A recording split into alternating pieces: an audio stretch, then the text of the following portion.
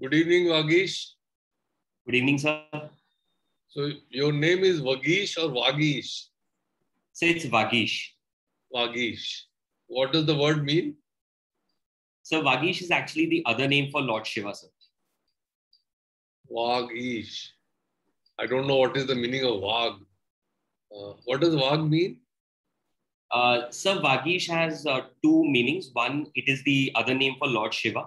Second is it also refers to Lord Brahma because Vagish is Vak, the god of speech. Vak plus Vak. Okay, Vagish. Yes, sir. Right, understood. Okay, Vagish, will you introduce yourself, please? Good evening, sir. Myself, Vagish Shotria. I hail from Jhansi, Uttar Pradesh. I have two elder siblings, sir, and my mother is a homemaker. I've completed my 12th from Kanpur and my BCom from Kirodimal College in Delhi. I've also completed my post-graduation in commerce from Motilal Nehru College in Delhi. So I was selected in civil services in 2016 and was allocated Indian Postal and Telecommunication Accounts and Finance Service. And ever since, I've been serving as an ADG in Sanchar Bhavan in the FDI wing and the accounts wing of Department of Telecom.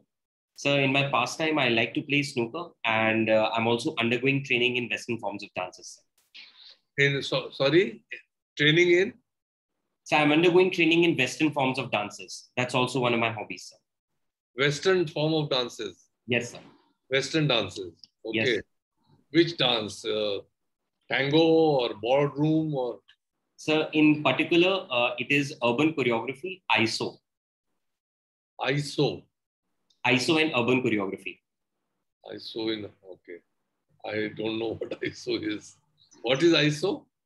So ISO is short for isolation dance. It is actually, it is a dance form whereby the body movements are in isolated body movements are performed on the beats of the music.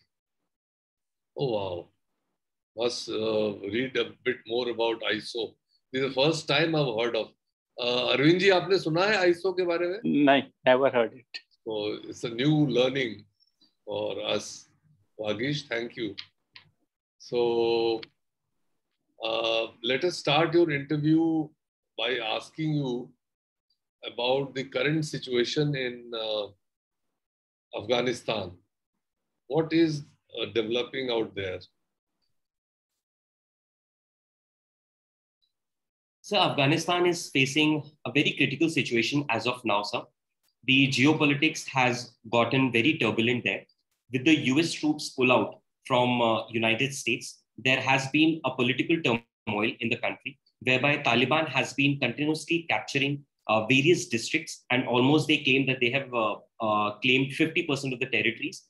And the Afghan government forces are also are not able to put up good stiff resistance to Taliban as well. So the regional players like China, Pakistan, and India as well, they're also contemplating upon a future path of Afghanistan. However, India has maintained the stand of an Afghan-led, controlled and owned peace process.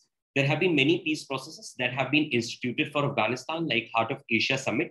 And on the sidelines, there are also the Doha talks that are going on between Taliban and the other players as well, sir. Do you think US has done the right thing by pulling out of Afghanistan? So I believe the pullout of US has emanated from the realization that it is a long war and they have not had a decisive victory over Taliban. They have had the same experiences as in the past by United Kingdom or Russia, sir. However, sir, there was a sudden pullout, and the Donald Trump deal of February 2020 did not detail the nuances of Taliban deal, because the Taliban had a lot more leverage at the time of the talks. There has been no particular timeline on the prisoner exchange or the democracy institution in the country, or the women empowerment and the human rights that are being violated by the Sharia law implementation and the Islamic State, which the Taliban believes in. What is the meaning of Taliban? I'm sorry, sir, I'm not aware of it, sir. Talib, do you know what is the meaning of Talib? No, sir. I'm sorry. I'm not aware. Not a problem. Not a problem. So, how do you see the scene unfolding in the near future? So, the events that have happened in the recent past, and both the players, Taliban and the Afghan government, are at headlocks, and the regional players are also trying very hard. So, India sees a political solution there in Afghanistan. However, since Taliban has also emerged as a stakeholder in the political governance, there could be something of a power arrangement between Taliban and Afghanistan government. However, the nuances of the deal would only come to the fore in the forthcoming times. What was your optional subject in the UPSC exam? So, commerce and accountancy, sir. Commerce. Okay. So you stuck to the discipline that you have followed at the university, Yes. Which is very good. Rajiv ji, will you like to take over? Sorry, I missed out on the first. Vagish, are you already with the Department of ITech? Sir, I'm working in Department of Telecom in Indian PNG Accounts and Finance Service. So you're at Sanchar Bhavan, that means. Yes, sir. So you must have known quite a bit of the government by now. Tell me, your service, is it an organized Group A service? What is your cadre? So it is an organized Group A service, sir. Organized Group A service. And what are the rules under which you are governed? The conduct rules, what are they called? So Central Service Conduct Rules, sir. Which year? So it is somewhere in 1960s. I'm really not able to recall the exact year. 64. And what are the rules which govern the proceedings in case of a deviation from the provisions of the conduct rules? What are the, which is that rule which governs the holding of proceedings? So under the conduct rules, sir? Yes. So I'm specifically not aware about the particular rules, sir. Okay. Okay. And how many kinds of leaves are there? Are you on leave or you are going to office and preparing for your exams? No, sir. I'm going to office and simultaneously preparing for the exams. How many kinds of leaves can a government servant, civil servant avail of? So there are various leaves that a government servant can take. One of them is the earned leaves, EN. The second is casual leave. The third is study leave. Fourth is extraordinary leave. So fifth is childcare leave. So these are all the leaves that okay. Yeah, that's good enough. Very good. Okay. Now, tell me on the from the government, what are the rules which govern the allocation of work between ministries? So it is governed by the allocation of business rules. And which is the department which monitors it, which coordinates? I'm sorry, sir, I'm not able to recall that, sir. Okay. And what are the transaction of business rules? Why have they been framed? So as per the Constitution, the president is the executive authority, and under the Constitution, it is also mentioned that appropriate rules can be made by the Parliament for the working of the government in the name of the president, sir.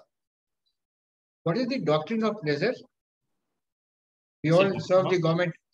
Pleasure doctrine. So the doctrine of pleasure governs the appointment of the civil services officers. For example, the civil services officers serve at the pleasure of the president.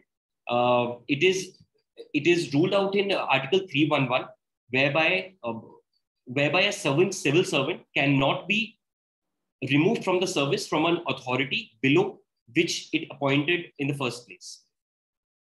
Are there any exceptions to it? So there could be exemptions when there are criminal cases or, for example, retirement under 56J, compulsory retirement. 56J is not part of disciplinary proceedings. 56J. Okay, we'll review that at the end of your mock interview. At the moment, let us put some more. Let us see some more questions. What is 360-degree assessment?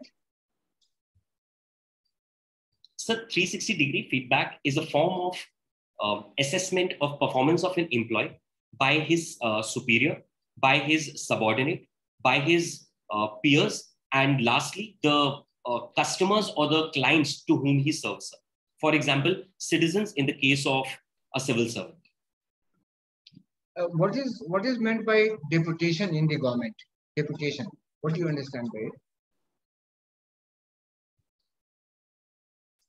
So deputation is a form of appointment of a civil service in a central ministry and there is a pool of civil servants that is there from which various civil servants are appointed to various ministries for all India services. For example, a person, an IS officer or an IPS officer working in the cadre of West Bengal may opt for a deputation in the ministry on the concurrence of the state government and the central government.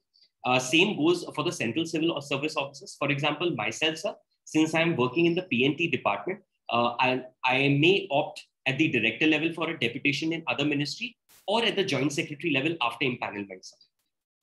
After empanelment. So is that central deputation? So that is for the central deputation, sir. In the organized group A services, do you know how many organized group A services we have? Or approximately? So more than 50, I believe, sir. What are employees' stock options in cost accountancy? There's a term. What is it? What does it mean? So employee stock option is a form of incentive that a company gives to its employees in the form of stake in the company. For example, an employee that is working in an XYZ organization, he might get 10 shares or 50 shares that may have a lock-in period of 2 or 3 years. And after that lock-in period is over, he can exercise the right over that ESOP.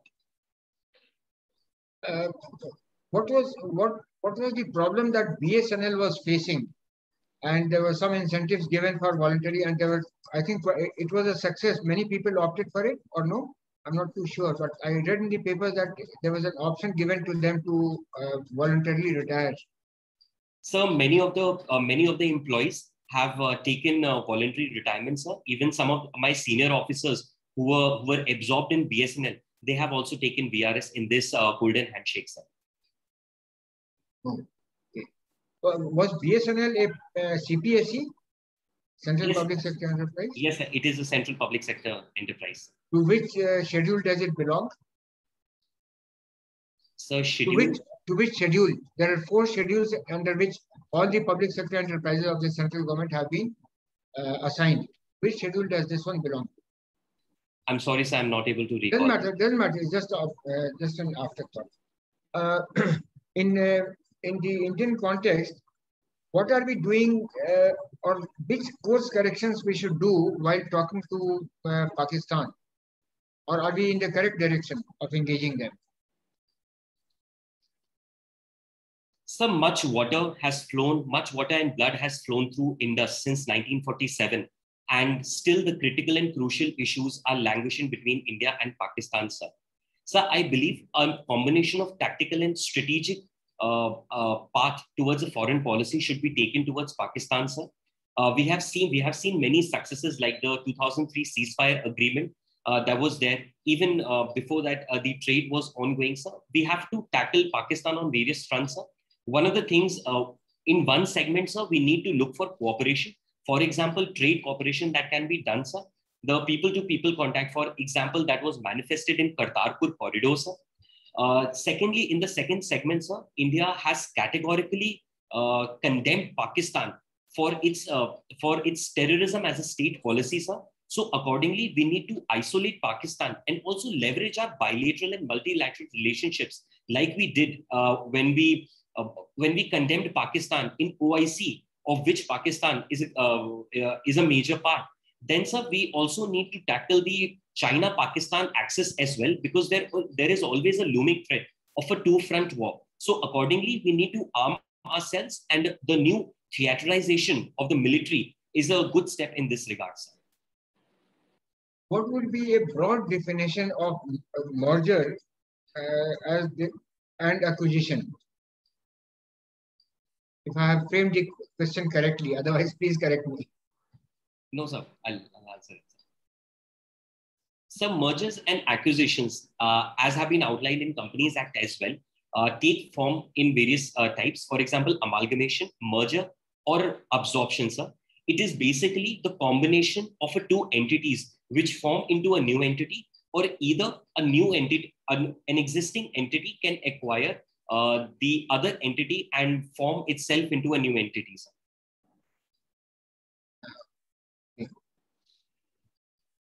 In the Companies Act, can I put to you a very brief question on Companies Act? What was a major change that 1956 Companies Act, when it got replaced by the 2013 Companies Act, what was the major changes that were brought about? So a major rehaul was taken up during the 2013 Act.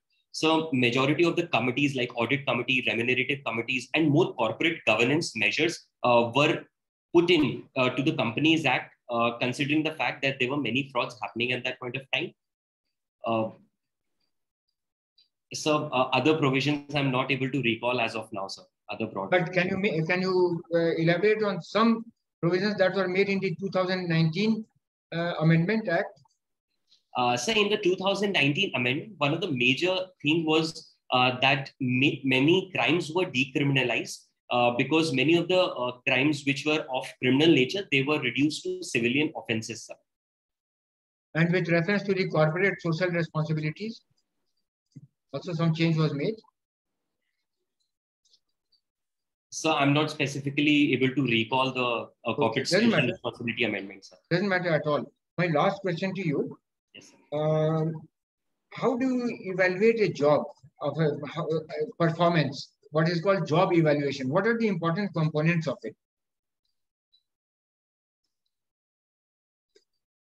Sir, there are various methods of job evaluation in an organization, sir.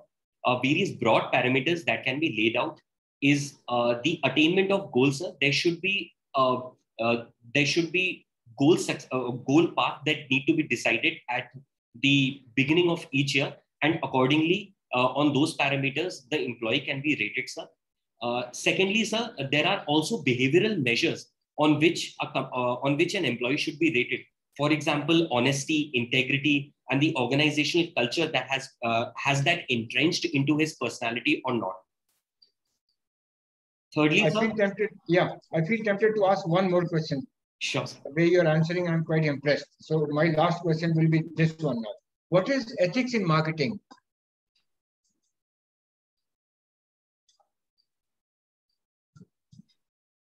Sir, as has been said, a man without ethics is a beast forced onto this world, sir. So ethics, not only a human, but also the various dimensions. For example, marketing, it is also needed, sir.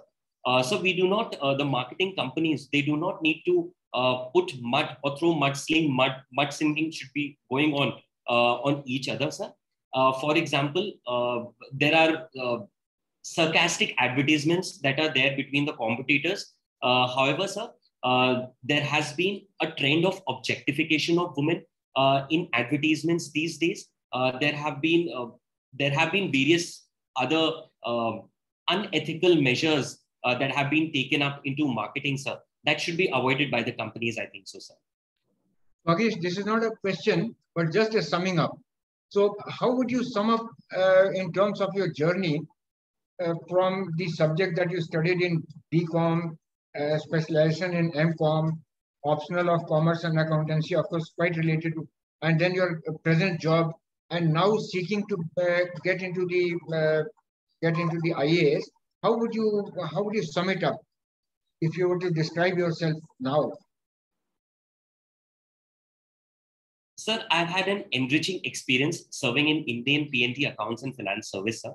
I've had a lot of exposure working in FDI wings and accounts wings, sir. And I've also gained from the experiences of the senior officers in the department, sir. But I believe in IAS, sir, there is a wide spectrum of opportunities that will be there, sir. And since my domain right now is limited to postal and telecom, and specifically accounts and finance, it will give me an opportunity to work in a wider spectrum of opportunities and put my skills to better use there, sir. Secondly, sir, I believe that working in a central civil service, there'll be very less chances to work at the local level, sir, which an IS officer usually gets. And lastly, sir, I do have a personal reason, and personally how I sum it up is that I sat for the exam to opt for IAS and clear for IAS. So that dream is still unfulfilled, and I have directed all my efforts to achieve that endeavor, sir. Very good. All the best. I hope you make it. Arvind Mohan Saab. So, good afternoon, Vagish. Good afternoon, sir. You are in Indian Post now, and Indian Post has launched a payment bank. Yes, Indian Post Payment Bank. So, could you tell me something about that? So, Indian Postal and Payment Bank is a very good creative achievement of India Post, considering of all the allegations that India Post has been a laggard in many senses. They are processing, for example, they have been a competitor to now Paytm and all these new organizations for remittances and other digital inclusion initiatives.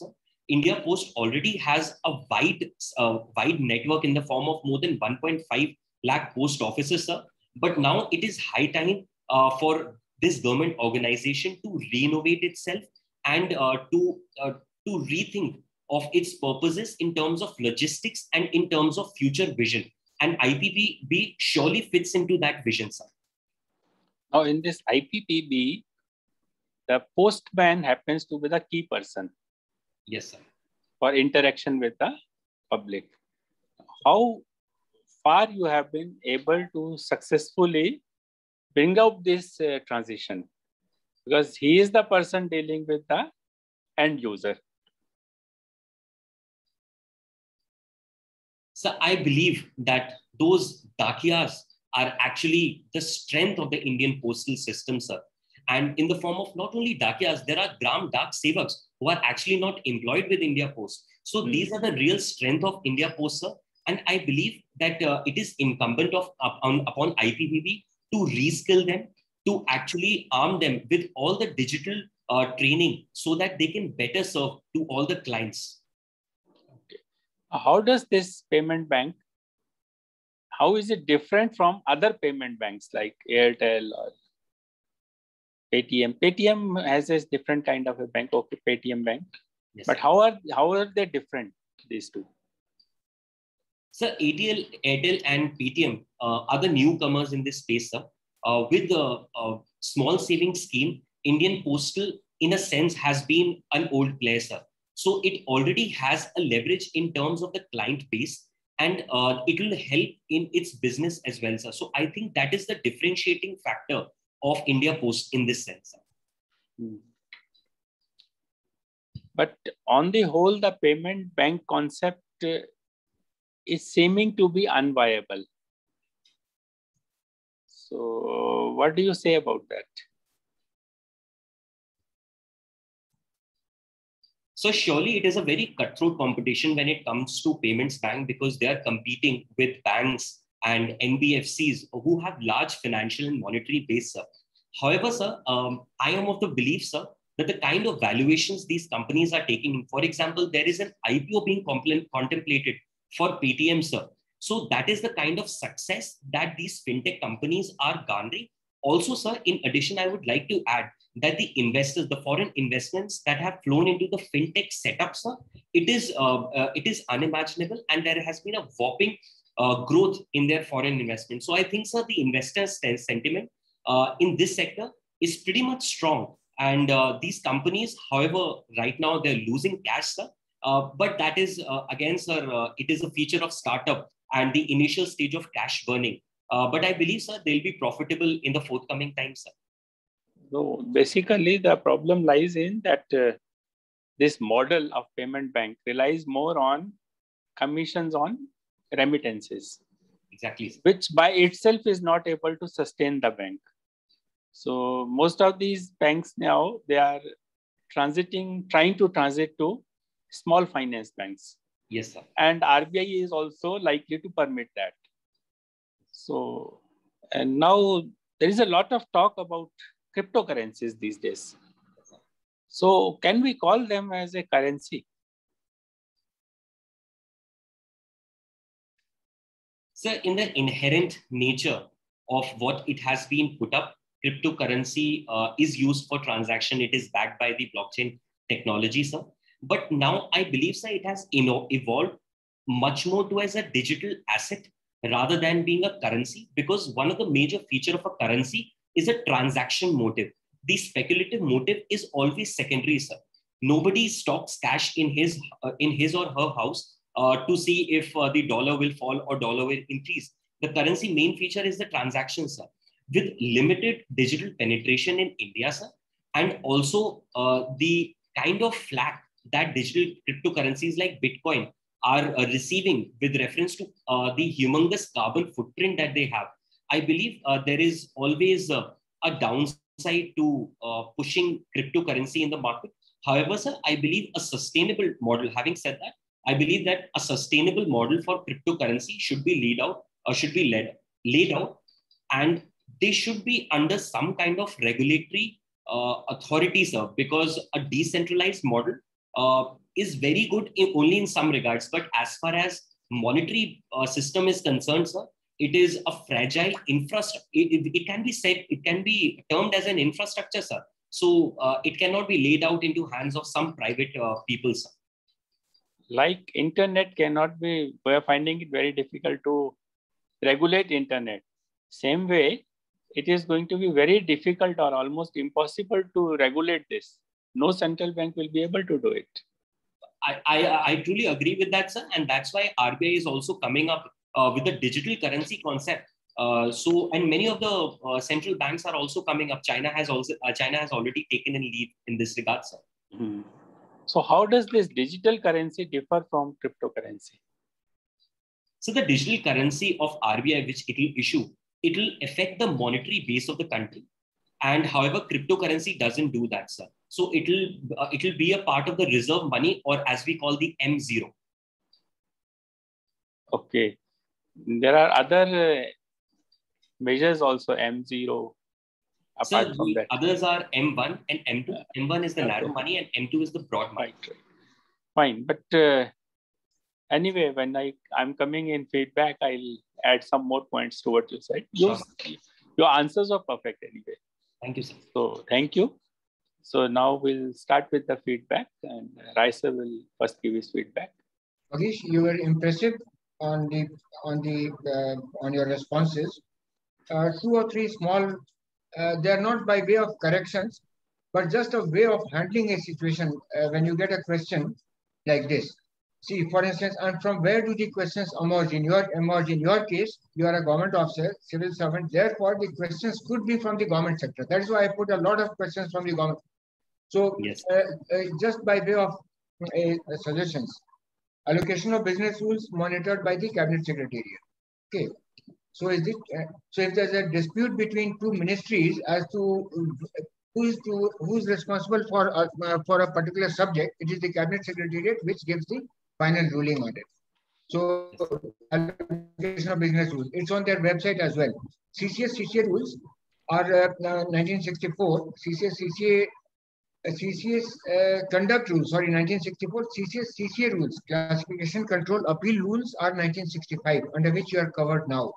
And for the All India services, similarly, they have the All India Service Conduct Rules 1969, and 1970 is their All India Service Disciplinary and Appeal Rules. So you should know the various government. Then a casual leave is not a leave. Casual leave is not a leave. So you're not supposed to. No, it's not a form of leave. You are not supposed to be seeking a leave. I mean, you can't. You should not be writing to the government, I wish to avail. It's a leave. I mean, it's generally called a leave. Yes. You stay back home and you're not questioned. Unlike a earned leave where you have to seek permission of the government to stay back. So that is the difference. Casual leave, you need not seek permission to be on casual leave tomorrow. If you are at home, you simply inform the government that I could not avail, I was ill or whatever, for some unforeseen circumstances, I could not attend the office. So it's not a form of leave, strictly speaking. When you are asked to give the forms of leave, it's earned leave and other extraordinary leave, they're all leave which you have to seek. Then the pleasure doctrine, exception. You mentioned the criminal aspects or something. The exceptions there are not the criminality. Criminality will be dealt in accordance with the IPC and the CRPC. There, the exceptions are if a person who is suspect, who violates the conduct rules, is incommunicado, for instance, or he acts in the against the national interest, then there is no requirement to follow the procedure. And in case of a conviction in a criminal court, also the process is it is shortened. So you just start from serving of the charge sheet without investigation, without any other process. You just so those are the two exceptions that you take. And lastly, when I asked you about the civil services, I mean, how you fit into the role of a civil servant and how you would like to, there I wanted you rather to give some more. See, you've done so much of, I mean, your educational background now you have acquired skill sets as a part of your educational background, IT, financial management, MCOM, everything. So just break them up, give small points, micro points over there, and how it would now equip you to take on higher responsibilities, or rather the areas of good governance. Try to synergize as to what aspect of management would lead to a good governance measure by you. Okay. So that's about all. Otherwise, you answered very well. There's nothing much to, I mean, it's just a matter of luck for you. You make it. All the best. Arvind Mohan Saab. So, Vagish, it was a very impressive performance by you. And the way you answer their questions, that is very important. The confidence that you exhibit. Now, coming to the questions that I asked regarding that payment bank, the model is proving to be unviable because these payment banks, they can collect money from a particular person only to a certain extent. There is a limit of 1 lakh or 2 lakh. Now it has been made 2 lakh. There is a demand that since DICGC limit is being raised to 5 lakh, so it should be 5 lakh. But at the same time, they are not allowed to lend. That's a big handicap with these banks. They cannot lend. So they are forced to keep their money with commercial banks as fixed deposits. Yes, sir. They earn very little on that. So the sustenance is not coming. That is why most of the payment banks, they have asked the RBI to allow them to become small finance banks. And RBI is considering it favorably. Post Office Bank is able to sustain it because Post Office Bank has the backing of the government. And coming to the difference, when I was talking about how they are different, actually the target group is totally different. Yes. In case of IPPB, the target group is agricultural laborer, household lady who are not tech savvy. So the postman who is going there is helping them to conduct that banking using their biometrics. But in case of these other payment banks, they are targeted on people who are very, very tech savvy. So that is a major difference there. Now coming to the cryptocurrency part, why it cannot be called a currency? You mentioned something, they are valid. But the main point was that a currency has to be backed by a sovereign. Yes. In this case, there is nobody who is backing this. No sovereign country is backing it. Second difference is you must have read in your commerce and accounting and economics that whenever need arises, the country should be able to introduce more of that currency. Like right now, when you are facing a pandemic, people are saying RBI should print more money and monetize this deficit.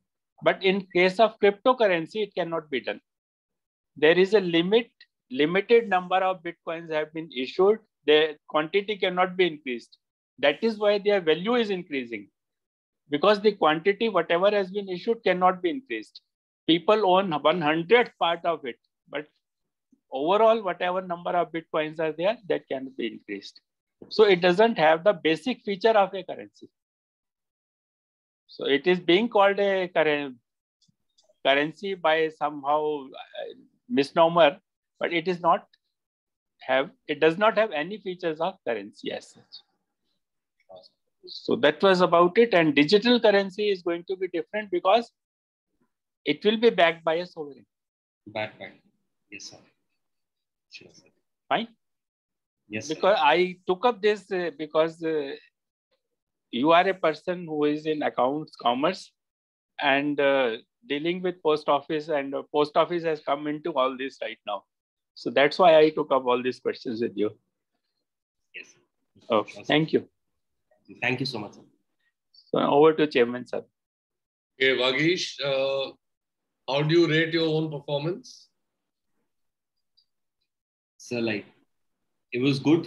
Could have been better, sir. I think. In what ways could it have been better? So, some questions could have handled because till now I haven't read conduct rules. It was only in training that they taught, but I forgot all of it. So, yeah, on that part, and particularly, majorly on the governance part, I guess, could have done better there, sir. Yes, especially government policies that are going to use the postal service and the postal department as a force multiplier in developing the economy. I mean, the present government views the postal department in a very positive way and wants to use it to its maximum because it has a grassroots level reach. It can reach the last person. One observation that I have to make is that when the question about Indo-Pak relations was asked by Mr. Rajiv Rai, you said much water and blood has flown down the Indus. You know, you prefaced your answer with this statement. Yes, sir. I would advise you not to use these flowery language. You know, it's just like supposing I ask you, why is this project being delayed? And if you answer me, Rome was not built in a day, you know. So Okay. Sure, sir. No. you have to refrain from using these. And another question, you on ethics, you quoted somebody. Yeah. Yes, sir. Don't indulge in quotations. Don't indulge in. You may be asked to comment on a quotation. You know, say for instance, politics is the art of the possible. Yeah. What do you think of this statement? I can ask you. But you cannot say that, well, politics is the art of the possible and that is why in UP election this and that will happen. You cannot say that, right? Sure, sir. I agree, sir. Also, I don't recall where, but you sounded a bit critical of the government stand or government policy. I don't know. There was some question in which you were. आप लोगों को याद आ रहा है कौन सा सवाल था? Arvind Mohan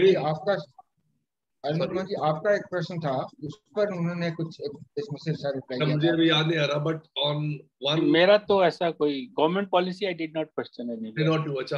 Maybe I had asked. No, you gave your. No, you're trying to give your opinion, but the point is, in case you gave an opinion which was contrary to the government policy, in case you gave it, I'm not sure. I mean, just then you should refrain from taking a very strident position on any government policy. You should always back it up. Back up the government, to support the government, and be positive. I made sure that I had a clear positive stand on the government. I'm not able to recall. I should have taken a note anyhow. Doesn't matter. And especially since you're already part of the government, you cannot take an anti-government stand. Sure. Otherwise, your performance was absolutely out of the ordinary. Have you been a debater in the college days? Sir, I was in MEUN, Model United Nations. I used to do them. Achha, so your public speaking abilities are of a very high order, and you express yourself very well and very emphatically. You modulate your voice very well. So all that will stand you in very good stead. But don't get carried away by the use of flowery language or by using quotations, right? Sure, sir. Sure, sir. I'll keep that in mind. Yeah. That smacks of vanity, that, this man is trying to show off. So don't do that, right?